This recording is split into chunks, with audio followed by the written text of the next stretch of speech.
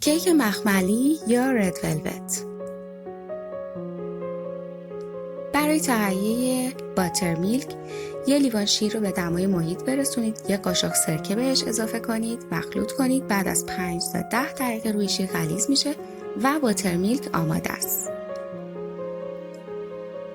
آرد، پودر کاکائو، نمک و بیکینگ پودر. مواد خشک رو 3 بار علک کنید. تخم مرغ، شکر و وانیل رو مخلوط کنید. همه مواد رو با همزن بزنید.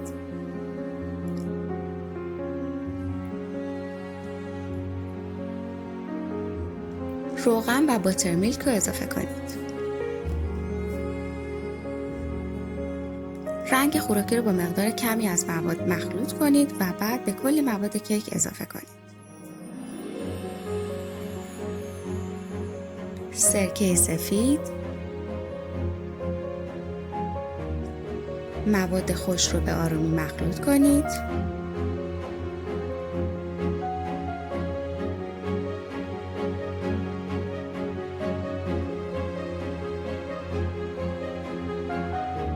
قالب رو چرب کنید و مواد کیک رو داخلش بریزید. به مدت 30 الی 45 دقیقه با دمای 170 درجه بپزید.